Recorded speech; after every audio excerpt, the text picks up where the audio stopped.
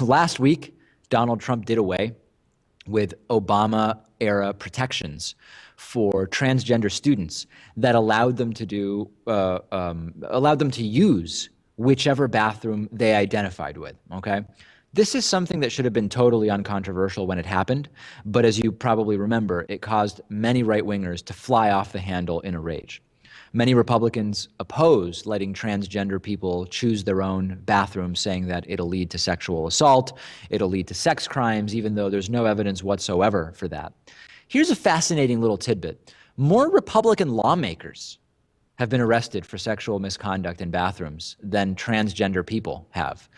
Three Republicans I will tell you about. We will start with John Hinson, who was in 1981 arrested for having oral sex in the U.S. House of Representatives bathroom with a male staffer. 5 years earlier, he was also arrested for exposing himself to an undercover agent. That same year, then that gets us to Larry Craig. You might remember Larry Wide Stance in the airport bathroom Craig, who was arrested, it's amazing, but it's been 10 years, in 2007 for lewd conduct after presumably propositioning an undercover police officer for sex in a Minneapolis airport.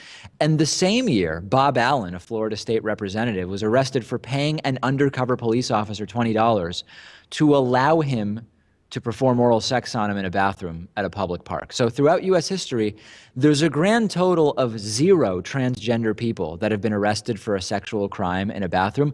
I'd call it irony, but it's actually way worse. This is now, I mean, how much taxpayer money at various local, state, and federal levels has been spent on debating and trying to impact who can use which bathroom, and it is just not an issue. Republicans, some of them anyway, say they want to prevent transgender people from using the bathroom they want to use because men might pretend to be transgender in order to get access to a women's bathroom for deviant reasons.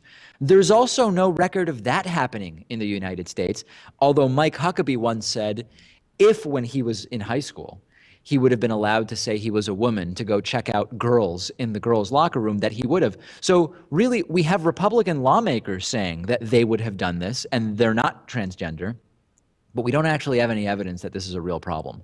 And further, how would that be prevented or deterred by the law anyway? I mean, if you want to dress like the opposite sex in order to infiltrate a bathroom to commit a crime, there's a good chance you're going to do it regardless of what the transgender bathroom laws are, not to mention that we have laws against sexual assault. It's illegal in all bathrooms, by all genders, against all genders and sexes, regardless of who is allowed in the bathroom. But to be a little more serious, there's probably some Republicans that are projecting their own sexual ambivalence with their anti-LGBT rhetoric. We've had dozens and dozens of committed lifelong anti-LGBT Republicans who have, who it turns out are actually members of the LGBT community themselves. And that's a real issue. I know that sometimes it gets caricaturized.